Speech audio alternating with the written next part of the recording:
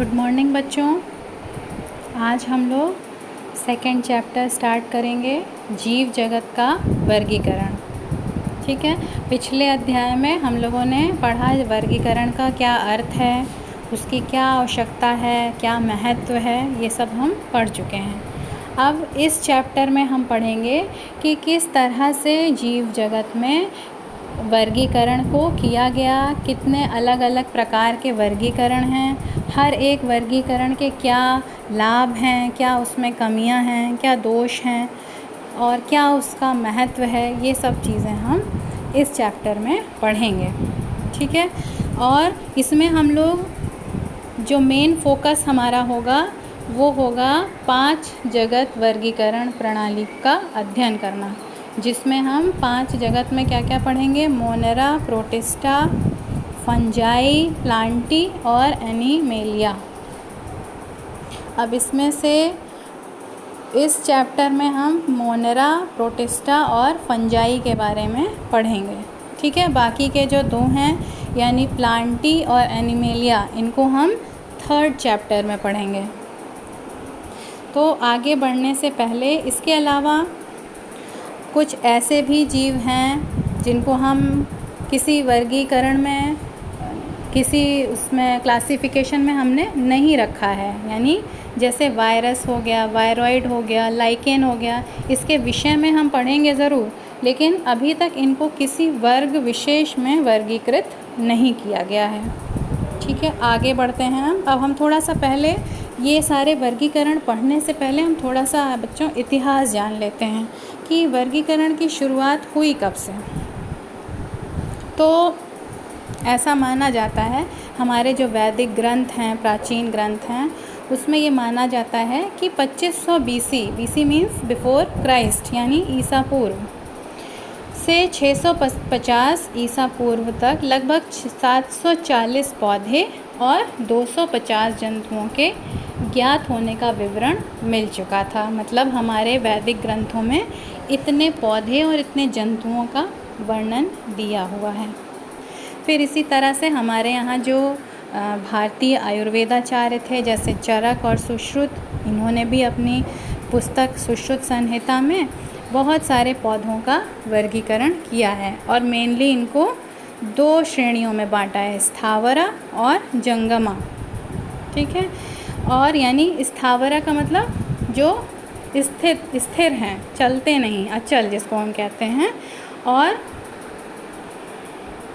और जंगम का अर्थ हो गया जो क्रियाशील हैं, मतलब या गतिशील हैं जिसको हम कह सकते हैं, उसमें रखा। अब आगे बढ़ते हैं हम लोग। इसके बाद आते हैं हिप्पोक्रेट्स, जो कि 460 ईसा पूर्व से 377 ईसा पूर्व के मध्य आए और इन्होंने जंतुओं का अध्ययन किया, लेकिन कोई प्रभावशाली वर्गीकरण इन्होंने प्रस्तुत नहीं किया। इसके बाद आए अरस्तु। ठीक है, ये इम्पॉर्टेंट है क्योंकि मैंने ये अंडरलाइन किया हुआ है, इसलिए इसको आप लोग ध्यान से देखिएगा। 384 से 322 ईसा पूर्व में अरस्तु साइंटिस्ट का नाम है, जंतुओं और पादपों का विस्तृत अध्ययन किया और ये बताया कि जीवधारियों की व्याख्या और वर्गीकरण किस बेसिस पे की जाती है, उनकी जीवन शैली के आधार पर, आवास के आधार पर, मतलब वो किस स्थान पर रहते हैं, शरीर के अंगों, उनके बॉडी पार्ट्स जो हैं वो उसके आधार पर, और उनके द्वारा किए जाने वाले कार्यों के आधार पर ही किया जा सकता था। ये जो हैं अरस्तु के ये सब बेसिस हैं, या कह सकते हैं कि इन्हीं पॉइंट्स के आधार पर उन्होंने जो है अपने वर्गीकरण प्रस्तुत किए। और इनकी एक बुक भी थी जिसका नाम था हिस्टोरिया एनिमेलियम। ठीक है, अब एनिमेलियम है, इतना तो समझ में आ रहा होगा आप लोगों को। एनिमेलियम का मतलब जंतु से है, एनिमल। ठीक है, तो इसी कारण से, क्योंकि इन्होंने एनिमल्स पे ही ज़्यादा वर्क किया, उसी से संबंधित वर्गीकरण प्रस्तुत किया, तो इसलिए इनको जो है बाद में प्राणी विज्ञान का जनक भी कहा गया। ठीक है, अरस्तु को प्राणी विज्ञान, या प्राणी विज्ञान को हम जंतु विज्ञान भी कहते हैं, फादर ऑफ जूलॉजी। अब इन्होंने जंतुओं को 2 आधार पर वर्गीकृत किया। पहला था इनाइमा और दूसरा था एनाइमा। ठीक, इनाइमा का मतलब हुआ ऐसे सभी जंतु जिनके रक्त का रंग लाल होता है वो सब इनाइमा के अंतर्गत थे, और जितने जंतुओं का रक्त लाल नहीं था वो सब एनाइमा के अंतर्गत आए। ठीक है, इनाइमा इसमें जो है फिर से 2 पार्ट्स में ये डिवाइड हो गया, विभक्त हो गया, जरायुज और दूसरा अंडज। जरायुज का मतलब हुआ ऐसे सभी जंतु जो शिशुओं को जन्म देते हैं, जैसे गाय, कुत्ता, बिल्ली, भेड़, मनुष्य, हाथी, यहाँ एग्जाम्पल्स दिए हुए हैं। और दूसरा है अंडज। अंडज का मतलब जो अंडे देते हैं, जिनमें अंडे से जनन होता है, वो अंडज कहलाते हैं। फॉर एग्ज़ाम्पल पक्षी, मछली, सांप, मेढक, ये दिए हुए हैं। दूसरा है एनाइमा, ये मैंने आपको बताया कि जिनमें रुधिर का रंग लाल नहीं होता, यानी कि इसके अंतर्गत क्या क्या आएंगे, सभी अकशेरुकी जंतु। अकशेरुकी का मतलब जिनमें कशेरुकाएँ अनुपस्थित होती हैं, जैसे प्रोटोजोआ हो गया, है ना, सीलेंट्रेटा, पोरीफेरा, ये सब संघ आप लोगों ने अपनी पिछली कक्षाओं में पढ़ा है।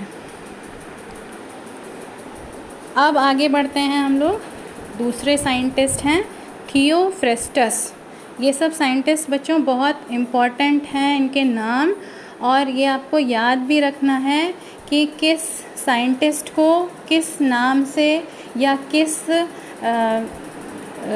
के जनक के रूप में जाना जाता है, ये भी आपको याद करना है। थियोफ्रेस्टस ये कौन थे? ये अरस्तु के ही शिष्य थे और इन्होंने पौधों पर अध्ययन किया, तो इसलिए इनको पादप विज्ञान का या वनस्पति विज्ञान का जनक कहा जाता है।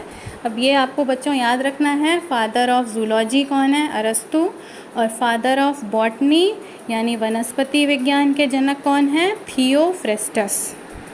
इन्होंने कैसे वर्गीकरण किया?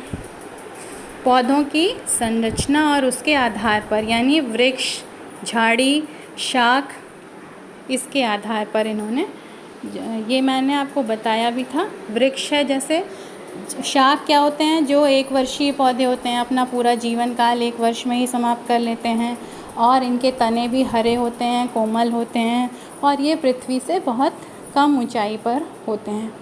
फिर दूसरा है झाड़ी। इसमें जो हैं, जो तने होते हैं वो शाख से थोड़ा कठोर होते हैं और इनकी ऊंचाई भी शाख से थोड़ी अधिक होती है।